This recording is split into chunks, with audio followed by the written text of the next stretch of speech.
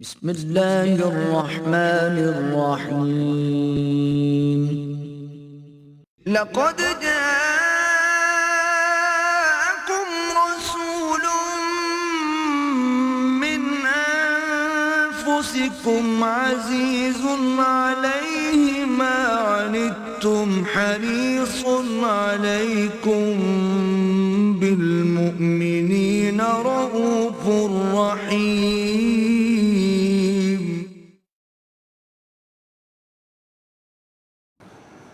نحمده ونصلي على رسوله الكريم اما بعد فقد قال الله تبارك وتعالى كما ورد سورة البقرة الله ولي الذين آمنوا يخرجهم من الظلمات إلى النور وقال عز وجل كما ورد في سورة يونس ألا إن أولياء الله لا خوف عليهم ولا هم يحزنون الذين آمنوا وكانوا يتقون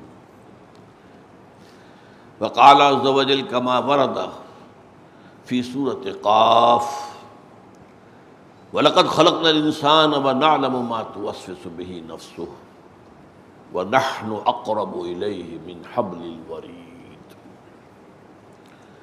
وقال عز وجل كما ورد في آخر سورة العلق كلا لا تطعه واسجد واقترب وقال جل وعلا كما ورد في سورة بني إسرائيل أولئك الذين يدعون يبتغون إلى ربهم الوسيلة أيهم أقرب ويرجون رحمته ويخافون عذابه إن عذاب ربك كان محذورا صدق الله العظيم وقال وعن أبي هريرة رضي الله تعالى عنه قال قال رسول الله صلى الله عليه وسلم إن الله تعالى قال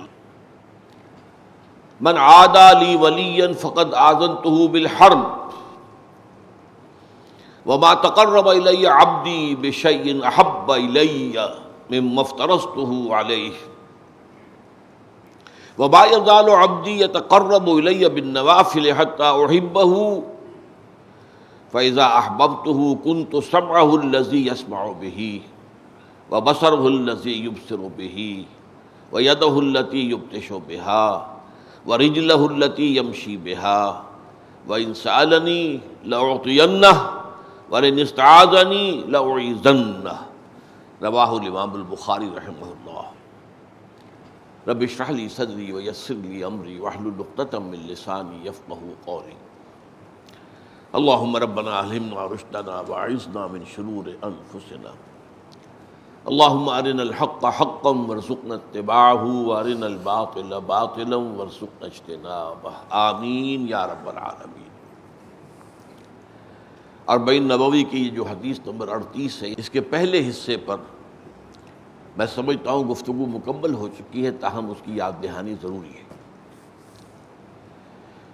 اس کا پہلا حصہ کیا ہے؟ اللہ تعالیٰ یہ فرماتا ہے، یہ حدیث قدسی ہے، حضرت ابو ہریرہ راوی ہیں کہ حضور نے فرمایا، آپ نے فرمایا کہ اللہ فرماتا ہے جس شخص نے میرے کسی ولی سے دشمنی رکھی تو اس کے لیے میری طرف سے اعلان جنگ ہے۔ بہت اہم حدیث، بہت اہم حدیث۔ اس میں نے سب سے پہلے عرض کیا تھا آیات قرآنیہ کے حوالے سے بھی، ولی ہوتا کون ہے اور یہ ولایت باہمی جو ہے بندے اور رب کے درمیان، اس کے معنی کیا ہے؟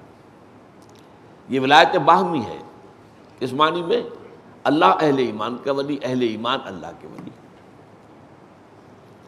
سورہ بقرہ میں فرمایا اللہ ولی الذین آمنوا یخرجہم من الظلمات الی النور، اللہ ولی ہے ان لوگوں کا جو ایمان لائے اور وہ انہیں نکالتا رہتا ہے اندھیروں سے نور کی طرف۔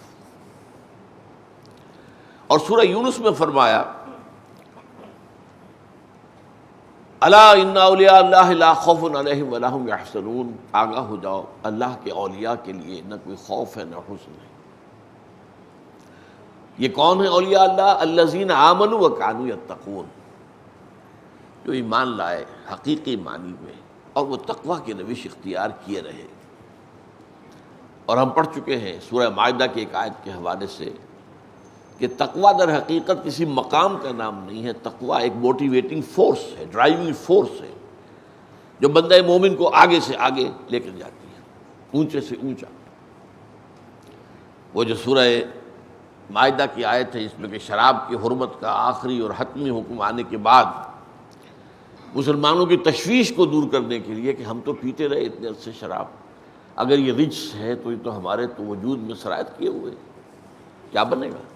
فرمایا لیس علی الذین آمنوا وعملوا الصالحات جناح فیما طعموا اذا ما اتقوا وآمنوا وعملوا الصالحات ثم اتقوا وآمنوا ثم اتقوا واحسنوا واللہ یحب المحسنین. یہ مراتب ہیں، ان پر کئی دفعہ گفتگو ہو چکی ہے، آج نہیں جاؤں گا. تو یہ ایک ولایت باہمی. ولی ہوتا کون ہے؟ جیسا کہ فرمایا الذین آمنوا وکانوا یتقون. ولی کے سر میں سینگ نہیں ہوتے، ولی بھی ایک عام انسان ہوتا ہے. یہی 2 ہاتھ 2 پاؤں ناک کان جو ہمارے ہیں ان کے بھی، یہی انبیاء کا معاملہ ہے. تو ولی ہوتا کون ہے؟ حقیقی معنی میں ایمان، اور اس میں تقویٰ جو ایمان کے اندر اضافہ کراتا چلا جائے یہاں تک کہ وہ ایمان ایسا ہو جائے کأنک تراہ فإن لم تکن تراہ فإنہ یراک، کہ ایسا یقین جیسے کہ تم اپنی آنکھوں سے دیکھ رہے ہو. اگر یہ نہیں تو کم سے کم یہ بات مستحضر رہے کہ وہ مجھے دیکھ رہا ہے. اس ایمان کے بارے میں میں نے عرض کیا تھا، حقیقی ایمان کے کچھ ثمرات ہیں. سورہ تغابن اس موضوع پر بہت اہم ہے. اگر دلچسپی ہو تو اس کا کہیں سے کیسٹ لے کر اس کے درس کا وہ سنیے گا. ایک تو خارجی ہے، یہ درخت ایسا ہے جس میں کچھ پھل تو لگتے ہیں جو نظر آ رہے ہیں. آم کا درخت ہے، آم لگا ہوا ہے. سنترے کا درخت ہے، سنترا لگا ہوا ہے. ایک کیا ہے؟ اطاعت اللہ و اطاعت الرسول. اور یہ اطاعت ہونی چاہیے سمع و طاعت کے انداز میں، جزوی نہیں کلی. کبھی غلطی ہو جائے تو معافی، توبہ کر لے، معاف کر دے. اور نمبر 2 جہاد فی سبیل اللہ. اس میں 2 چیزیں شامل ہیں. دعوت، اللہ کے دین کی دعوت دینا، تن من دھن اس کے لیے خرچ کرنا، وقت لگانا، صلاحیت صرف کرنا. ذہانت اللہ نے دی ہے تو دین کو سمجھو، دین کے پیغام کو سمجھو اور اس پر پہنچاؤ آگے. سمجھو گے نہیں تو پہنچاؤ گے کیا خاک. اور دوسرے اقامت، دین کو قائم کرنے کے لیے جد و جہد. اس کے لیے جو بھی مراحل آئیں، جس میں یہاں تک کہ اگر فرض کیجئے نقد جان ہتھیلی پر رکھ کر میدان میں آنا پڑے تو آ جاؤ. شہادت ہے مطلوب و مقصود مومن، نہ مال غنیمت نہ کس پر کشائی. تو یہ تو خارجی ہے. ایک ہے داخلی. داخلی کیا ہے؟ تسلیم و رضا. اے اللہ جو تیری مرضی، میں راضی ہوں. میں تفصیل میں نہیں جا سکتا. توکل و اعتماد، کسی شے پر توکل نہ ہو، نہ اپنی قوت پر، صلاحیت پر، ذہانت پر، فطانت پر، نہیں. نہ مالی اسباب و وسائل پر، نہ مادی اسباب و وسائل پر. اور اس اعتبار سے محبت، اللہ کی محبت، والذین آمنوا اشد حبا للہ.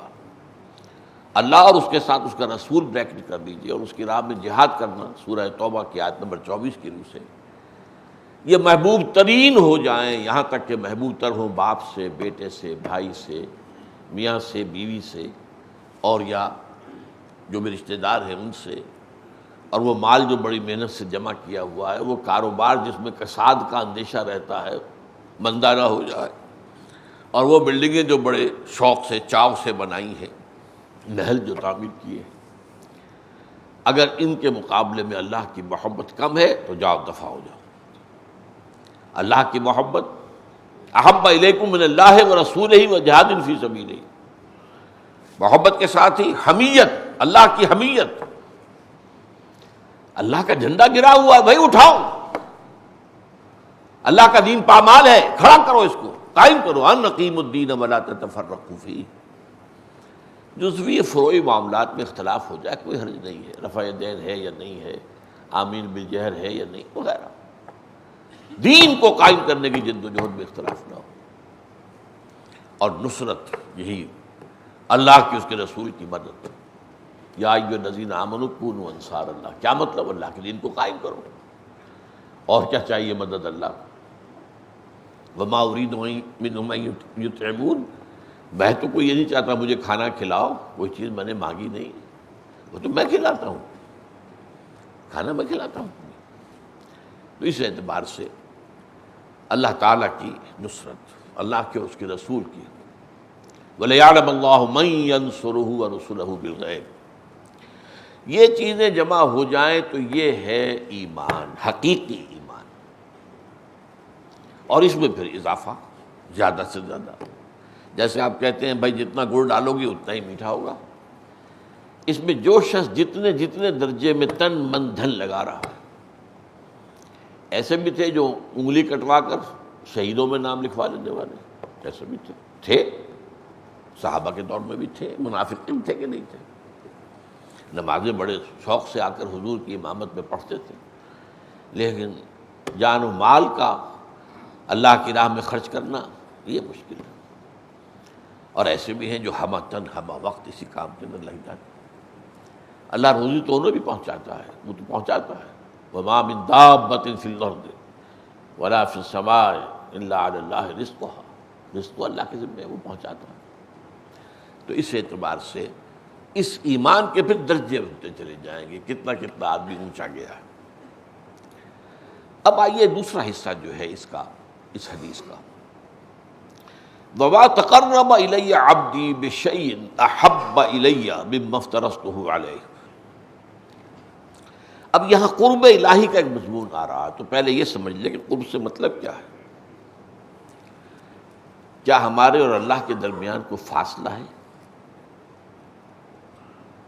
آپ سفر کر رہے ہیں، کراچی جانا ہے، رفتہ رفتہ رفتہ رفتہ کار سے جا رہے ہوں، ٹرین سے جا رہے ہوں، ہوائی جہاز سے جا رہے ہیں، اسے بھی بہرحال 1.5 گھنٹہ تو لگ جاتا ہے، وقت لگتا ہے۔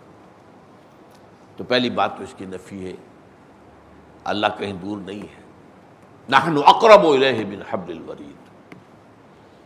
سورہ قاف میں فرمایا ہم نے ہی انسان کو پیدا کیا ہے، وَلَقَدْ خَلَقْنَا الْإِنسَانَ وَنَعْلَمُ مَا تُوَسْوِسُ بِهِ نَفْسُهُ، اس کا جو نفس ہے، جو اس کے اندر وسوسہ اندازی کرتا رہتا ہے، نفس امارہ، وہ ہمیں خوب معلوم ہے۔ وَنَحْنُ أَقْرَبُ إِلَيْهِ مِنْ حَبْلِ الْوَرِيدِ، اور ہم تو انسان سے اس کی رگے جان سے بھی زیادہ قریب ہے۔ تو جب یہ قرب ہے تو پھر قرب الہی حاصل کرنے کی جد و جہد سے مانی دار ہے۔ تو معلوم ہوا کہ یہ ایک معنوی فصل ہے، معنوی بعد ہے، مکانی نہیں ہے۔ مکان کے اعتبار سے اللہ کے اور ہمارے درمیان کوئی فاصلہ نہیں، لیکن ایک پردہ سا، بڑا باریک سا پردہ ہے، وہ غیب کا پردہ ہے۔ آپ کہہ لیں اللہ غیب میں ہے، یا یہ کہہ لیں کہ ہم غیب میں ہیں۔ ہم غیب میں ہیں، یہ جو میں نے بتایا تھا آپ کو، حضرت عثمان بن علی الجلابی الحجویری ثم لاہوری، جن کو آپ داتا گنجبخش کہتے ہیں، ان کی کتاب کا نام بھی کیا ہے؟ کشف المحجوب۔ جو محجوب ہے، پردے میں آ گیا ہے، اس کو پردے کو اٹھا کر کھولنا۔ بہت پیارے اشعار ہے فارسی کے، کراج ہوئی چرا در پیچ و تابی، کس کو تلاش کر رہے ہو تم؟ جنگلوں میں گئے ہو تم، پہاڑوں کے چوٹیوں پہ گئے ہو تم، تپسیا کسے تلاش کر رہے ہو بھائی؟ کراج ہوئی چرادر سے پیچ و تابی، وہ پیچ و تاب میں کیوں مبتلا ہو؟ وہ جو اقبال نے کہا، اسی کشمکش میں گزری میری زندگی کی راتیں، کبھی سوز و ساز رومی، کبھی پیچ و تاب رازی۔ پیچ و تاب، فلسفی پیچ و تاب میں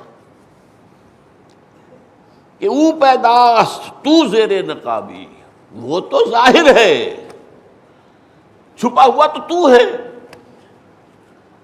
نقاب تو تیرے منہ پر پڑا ہوا ہے۔ کراج ہوئی چرادر پیچ و تابی کہ او پیداست هو الاول والآخر والظاہر والباطن، ظاہر ہے، آیا تو چھپا ہوا ہے، اس پردے کو اٹھانا ہے ذرا۔ تو معلوم ہوا کہ یہ قرب معنوی ہے، یہ قرب جو ہے یہ کوئی مکانی نہیں ہے۔ نمبر 2 یہ جو قرآن مجید میں کہا گیا ہے، حضور سے فرمایا گیا، سورہ علق کی آخری آیت ہے، یہ آیت ہے سجدے کی، تو آپ سجدہ ایک دے دیجیے گا بعد میں۔ کلا لا تطعہ واسجد واقترب، اے نبی آپ اس شخص کی بات نہ مانیے۔ ابو جہل کا معاملہ ہے، جب کہ حضور کو روک رہا تھا، نماز سے آڑے آ رہا تھا۔ ارأیت الذی ینہی عبدا اذا صلی، یہاں سے بات شروع ہوئی، فلا تطعہ واسجد واقترب، تو آپ ان کا کہنا نہ مانیں، سجدہ کریں اور قریب ہو جائیں ہم سے۔ تو قرب ہونے کا اور قریب ہونے کا اور قرب تلاش کرنے کا حکم تو دیا گیا، لیکن فرق ہے، قرب مکانی نہیں ہے، یہ قرب معنوی ہے۔ اسی طرح فرمایا ہے، سورہ بنی اسرائیل کی بڑی اہم آیت ہے، یہ مشرکین جن کو پکار رہے ہیں، اولئک الذین یدعون، جن کو یہ پکار رہے، یبتغون الی ربہم الوسیلہ، وہ تو خود اللہ کے اپنے رب کی وسیلہ یعنی قرب کے تلاش میں۔ وسیلہ کے معنی ہمارا وسیلہ نہیں ہے جو عربی اردو میں ہم بولتے ہیں، یہ بہت بڑا غلطی ہو گئی ہے۔ وسیلہ کے عربی معنی قرب کے، وابتغوا الیہ الوسیلہ، تلاش کرو اس کا قرب۔ چنانچہ فرمایا ایہم اقرب، کون ہے ان میں سے جو قریب ترین ہے، اس کی میں ابھی وضاحت کروں گا۔ وَيَرْجُونَ رَحْمَتَهُ وَيَخَافُونَ عَذَابَهُ، اور وہ جو جنہیں یہ پوج رہے ہیں، پکار رہے ہیں، دعائیں کر رہے ہیں، وہ تو خود قرب الہی کی ابھی منزلیں طے کر رہے ہیں کہ کون قریب سے قریب تر ہو جائے، اور اللہ کی رحمت کے امیدوار بھی ہے اور اللہ کے عذاب سے ڈرتے بھی رہتے ہیں۔ ان عذاب ربک کان محذورا، یقیناً تیرے رب کا عذاب جو ہے وہ قابل حذر ہے، ڈرنے والی ہی شے ہے، ڈرنا ہی چاہیے۔ آخری آیت میں کوٹ کر رہا ہوں سورہ زمر کی، یہاں مشرکین کا قول نقل ہوا ہے کہ ہم جن کو پوج رہے ہیں، کس لیے پوج رہے ہیں؟ ما نعبدہم الا لیقربونا الی اللہ زلفیٰ، ہم نہیں پوچھتے ان کو مگر صرف اس لیے کہ یہ ہمیں اللہ سے قریب تر کر دیں۔ یہ وہ جو وسیلے کے معنی میں آپ جو اردو میں اس کا استعمال کرتے ہیں، ذریعہ، یہ قرب الہی کا ذریعہ ہے ان کے نزدیک، جن کو وہ پکار رہے تھے، دعائیں کر رہے تھے۔ اب یہاں ایک بات نوٹ کر دیجیے، مشرکین جن چیزوں کی پرستش کرتے ہیں یا پوجا پاٹ کرتے ہیں یا عبادت کرتے ہیں، وہ دو طرح کی ہیں۔ ایک تو بظاہر فطرت ہے، بے جان، سورج کو پوج رہے ہیں، چاند کو پوج رہے ہیں، ستاروں کو پوج رہے ہیں، آگ کو پوج رہے ہیں، پانی کو پوج رہے ہیں۔ ایک تو یہ ہے، ان کا تو ظاہر بات ہے کوئی طرح سے کوئی نہ وجود ہے نہ ان کی کوئی حیثیت ہے۔ اور ایک وہ پوجتے ہیں فرشتوں کو، انبیاء اور اولیاء اللہ کی ارواح۔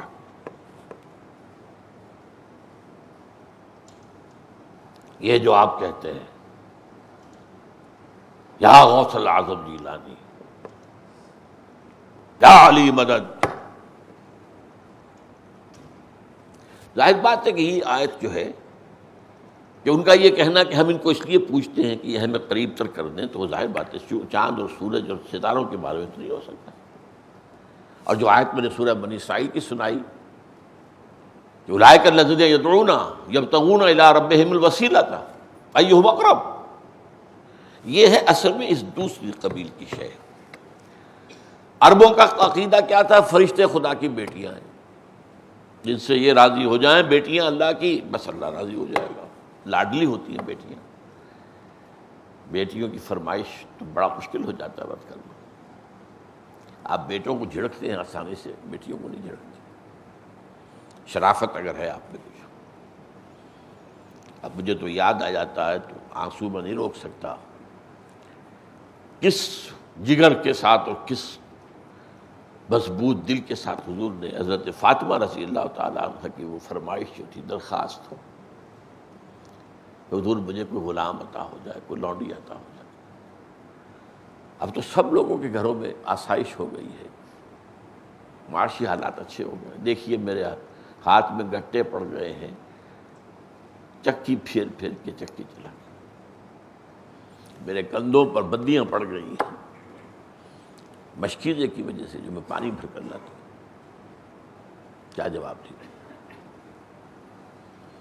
بیٹی یہ چیزیں ہمارے لیے نہیں، یہ مال و دنیا جو ہے یہ اوروں کے لیے۔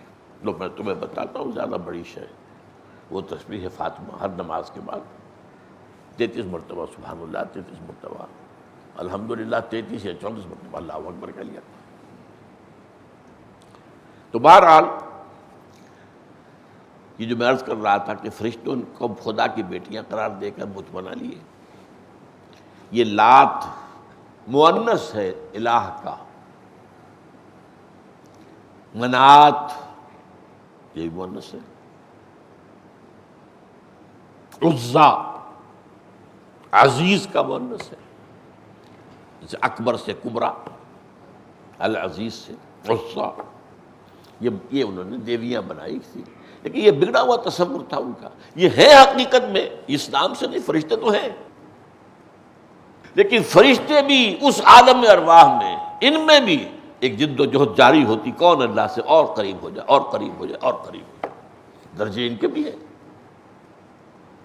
ملائکہ مقربین بھی کہلاتے ہیں جو بہت ہی قریب ہیں،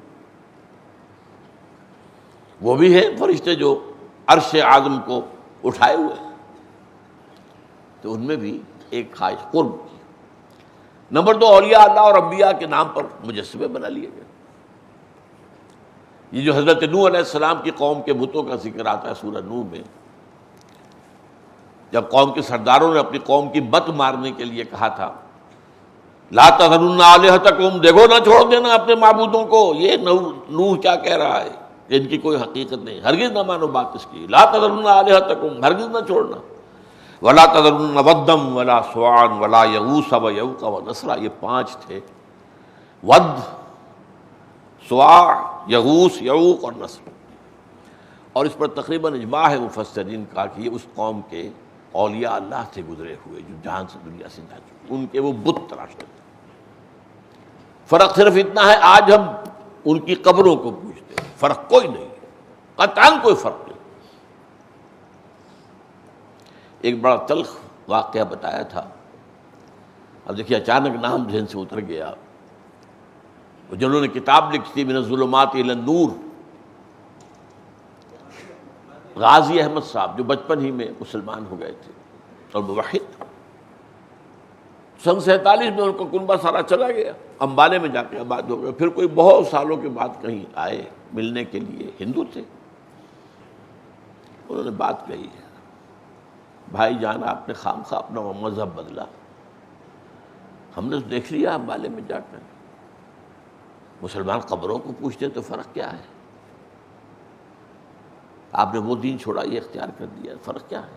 ہمیں تو نظر نہیں آیا، ہم بتوں کو پوچھ لیتے ہیں، یہ قبروں کو پوچھ لیتے ہیں۔ تو بہرحال یہ جو ہے فرشتوں یا انبیاء کی ارواح یا اولیاء اللہ کی ارواح کو پکارنا، یہ کس لیے ہے؟ ظاہر بات ہے ارواح تو ہے، روح محمدی ہے، اپنی شان و شوکت کے ساتھ ہے، یقیناً اولیاء اللہ کی ارواح بھی ہیں،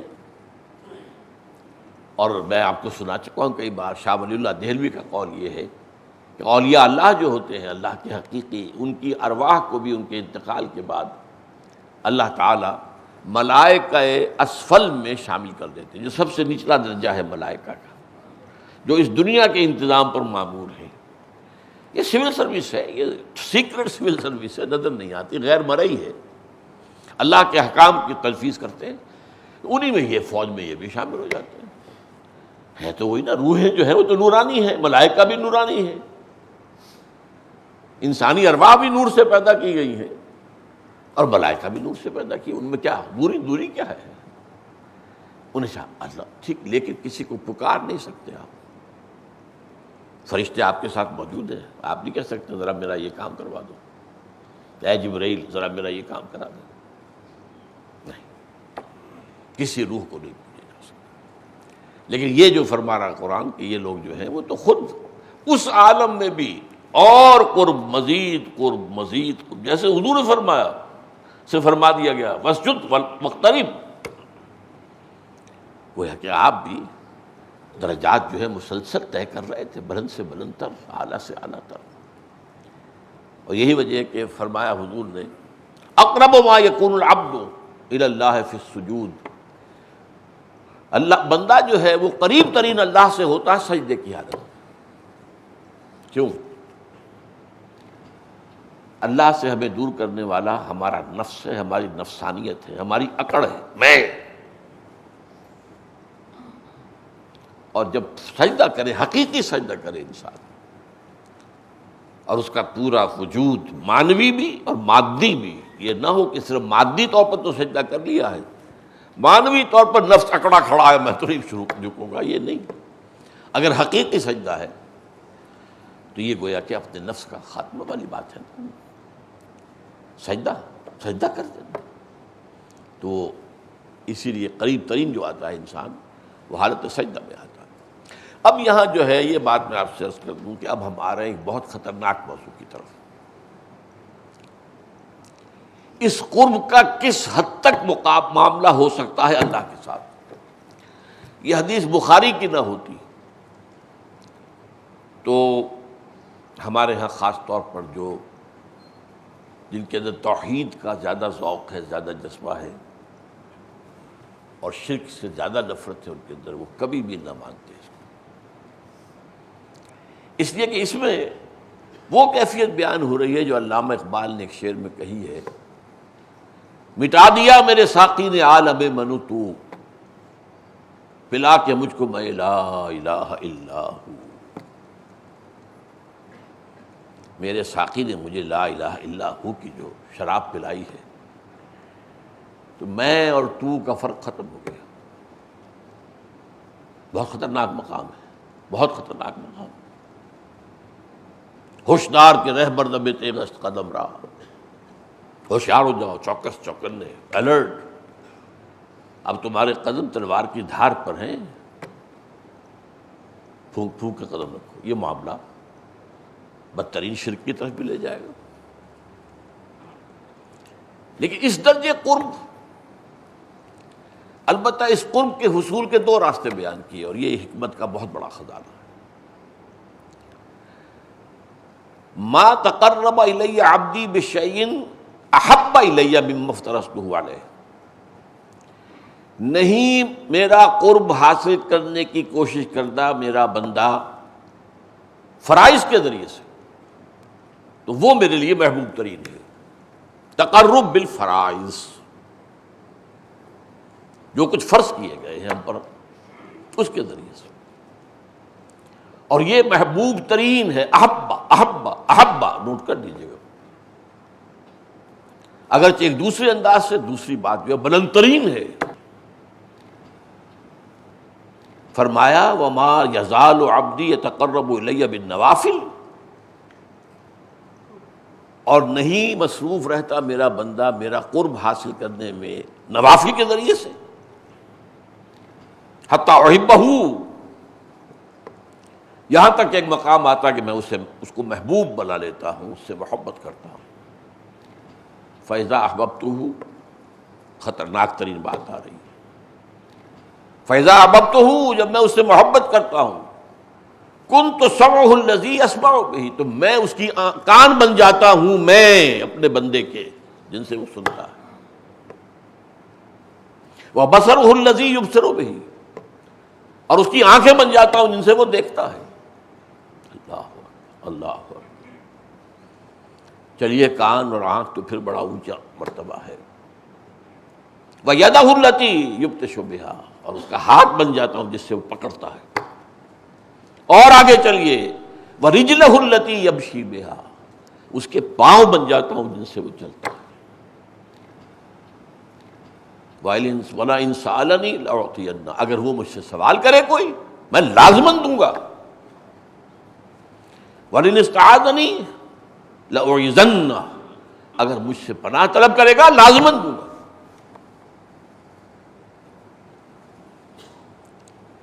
اب یہاں تو من و تو کا معاملہ تو ختم ہو گیا، اس درجے قرب، اس انتہا کا قرب۔ اب ظاہر بات ہے کہ یہ موضوع وہ ہے جس سے مسلمان صوفیہ نے بحث کی ہے،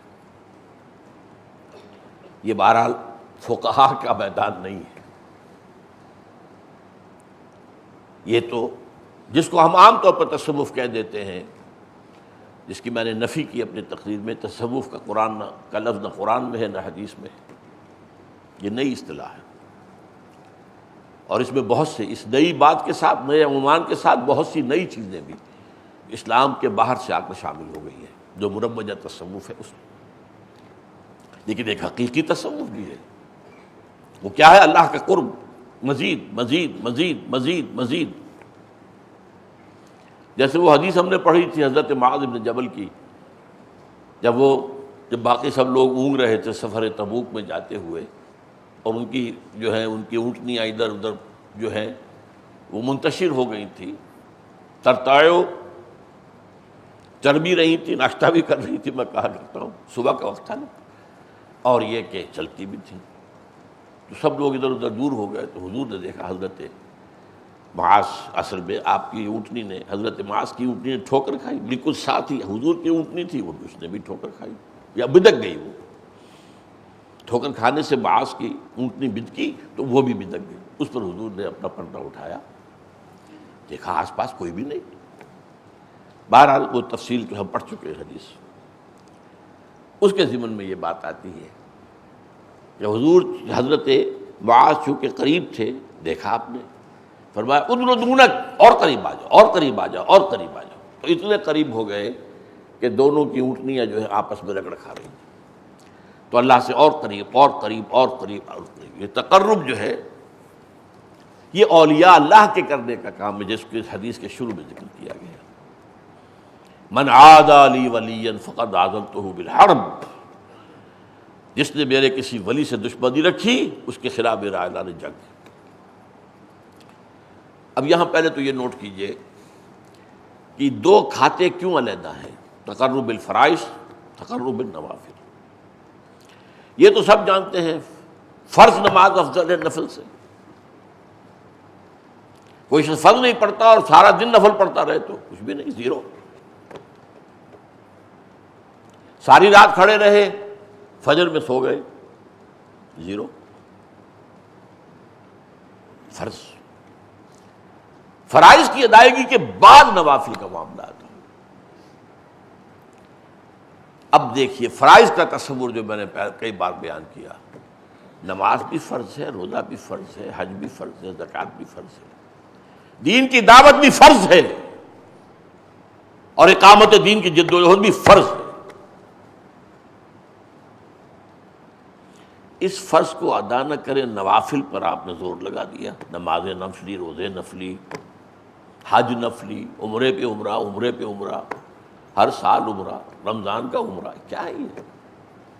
فرض ترک کیا ہوا ہے؟ یہ فرض ادا ہو جائے، اللہ کا دین قائم ہو جائے، اب آپ دوسرے درجے میں آ سکتے ہیں، تقرب النوافل۔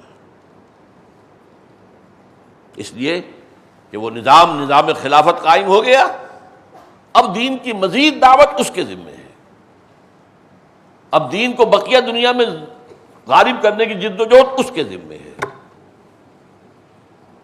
انڈیویجولز آر ایبسولوڈ، وہ بری ہو گئے۔ ہاں کسی موقع پر اس نظام خلافت کی طرف سے مطالبہ آئے کہ 10,000 آدمی چاہیے فلاں محاذ کے لیے، 10,000 نکل آئے، باقی جو آرام سے گھروں میں سوئیں، رات بھر کھڑے رہیں، علمی کام میں لگے رہیں، روحانی جد و جہد کریں، سب جائز، لیکن کب؟ جب دین قائم ہو چکا ہو۔ یہ ہے جو کانٹے کی بات سمجھنے کی۔ یہ تقرب اللہ تعالی نے فرمایا مجھے سب سے زیادہ محبوب ہے، احب الیہ۔ اب یہاں بھی دیکھیے، میں نے بہت مرتبہ مثال دی ہے، ایک جہاد کا مسئلہ ہے، جہاد شروع کہاں سے ہوتا ہے؟ اپنے نفس کے خلاف جہاد، یہ اہم ترین ہے، اسی لیے اسے افضل کہا گیا ہے، افضل الجہاد۔ پوچھا گیا ای الجہاد افضل، کون سا جہاد افضل؟ فرمایا ان تجاہد نفسک فی طاعت اللہ، کہ تم اپنے نفس کے خلاف جہاد کرو، اسے اللہ کا مطیع بناؤ۔ وہ جو میں نے 9 منزلیں بیان کی ہیں، میرا کتاب جو ہے حقیقت جہاد فی سبیل اللہ، 9 منزلیں، 9ویں منزل ہے قتال فی سبیل اللہ، یہ سب سے اونچی ہے۔ تو جہاد کا اعلیٰ ترین بلند ترین مقام قتال فی سبیل اللہ، لیکن اہم ترین مقام نفس کے خلاف جہاد۔ یہ فرق ذہن میں رکھیے۔ ایک اعتبار سے پہلی منزل ہوگی تو دوسری بنے گی، دوسری ہوگی تو تیسری، چوتھی، پانچویں، چھٹی، ساتویں، آٹھویں، لیکن سب سے بلند مقام ہے جب اللہ کی راہ میں نکلنا ہو، اس کے دین کو، اس کے کلمے کو، اس کی حکومت کو قائم کرنے کے لیے روئے عرصی پر، اور انسان نقد جان ہتھیلی پر رکھ کر میدان پہ آ جائے۔ تو وہ اعلیٰ ترین اور وہ اہم ترین ہے، دونوں سپرلیٹو ترین، اعلیٰ ترین اور اہم ترین۔ اسی طرح یہاں پر ہے تقرب الفرائض محبوب ترین، لیکن تقرب بالنوافل کا مقام اتنا بلند ہے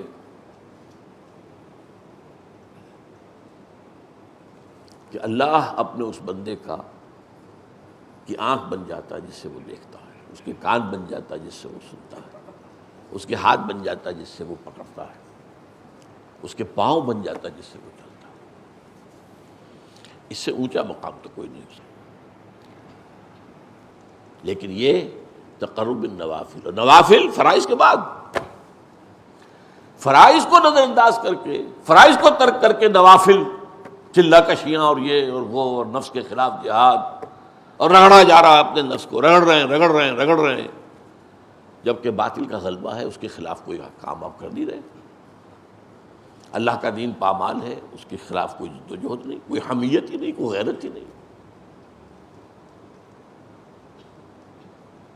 وہ جو حدیث بارہا میں نے سنائی ہے، انفرادی نیکی کا یہ عالم ہے کہ اوحى اللہ عز وجل الی جبرائیل علیہ الصلوۃ والسلام ونقل مدینہ کذا وکذا باہلھا، اللہ نے حضرت جبریل کو وحی کی کہ فلاں فلاں بستیوں کو الٹ دو ان کے رہنے والوں سمیت۔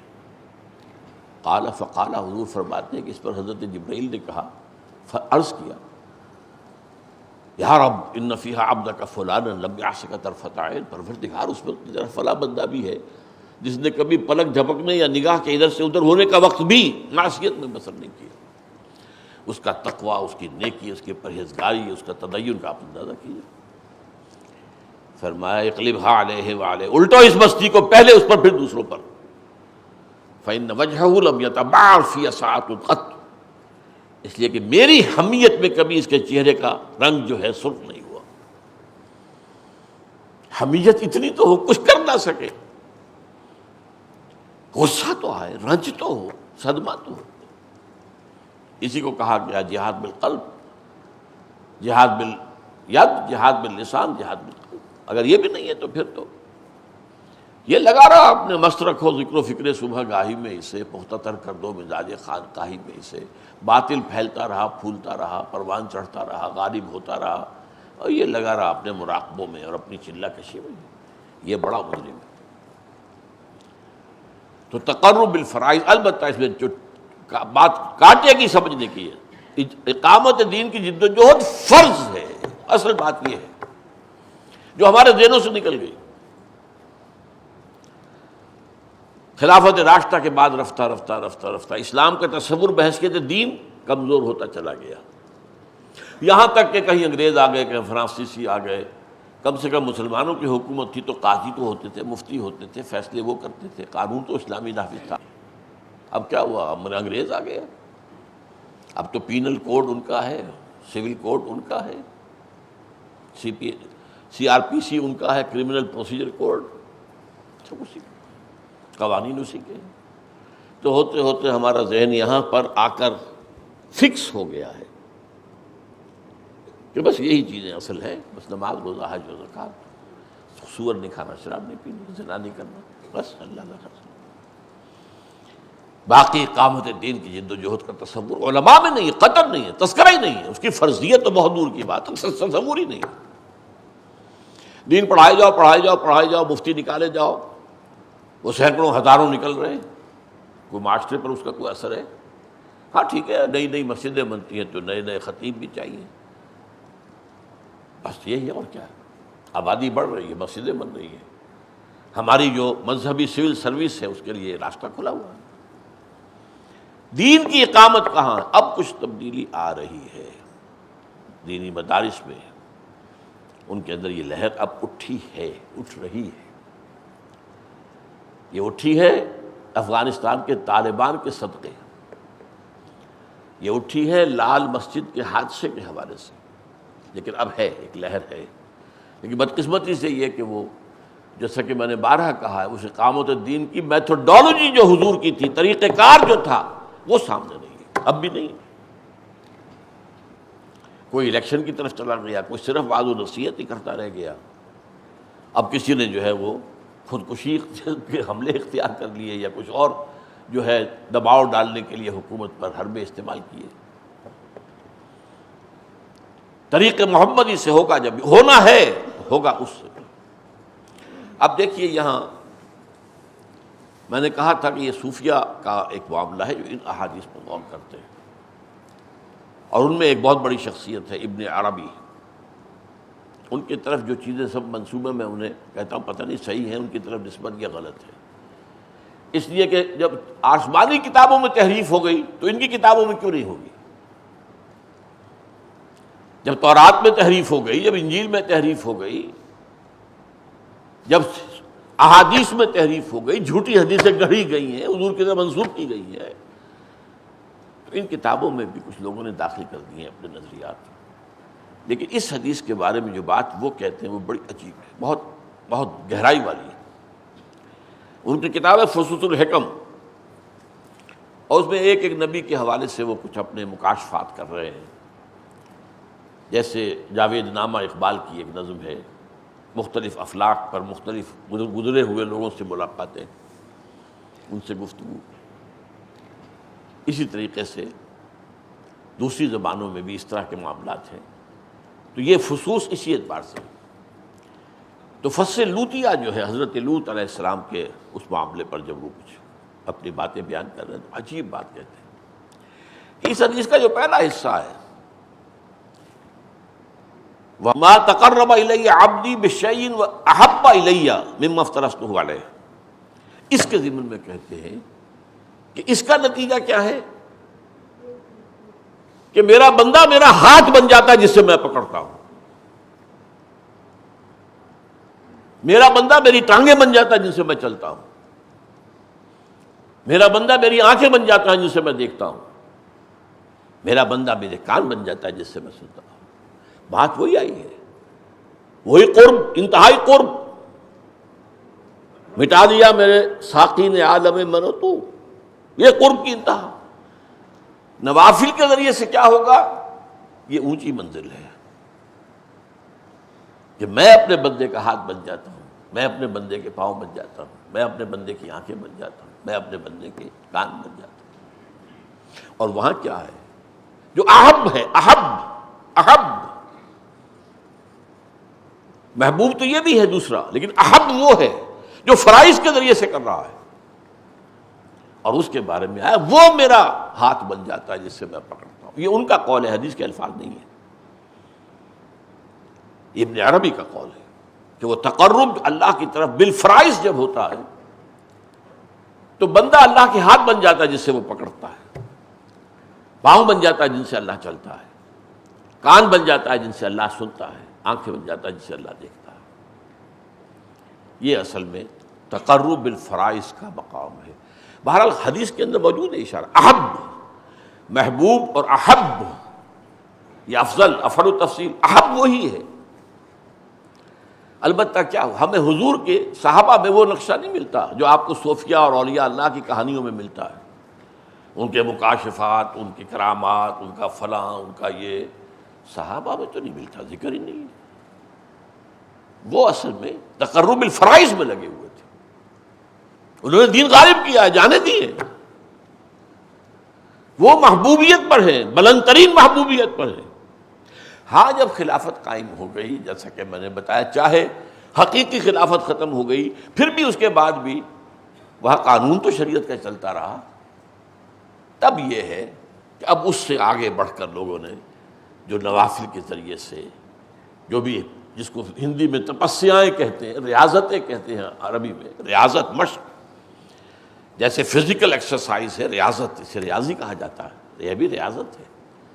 ایک گانے والا ستار نواز جو ہوتا ہے وہ بڑی ریاضت کرنی پڑتی ہے، وہ آسان کام نہیں ہے۔ وہ جو اولڈ انڈین میوزک ہے اصل، اس کو سیکھنا کوئی آسان کام نہیں، تو بڑی ریاضت کرنی پڑتی ہے۔ ریاض اسے وہ کہتے ہیں، ریاض ہے، یہ ریاض کر رہے ہیں۔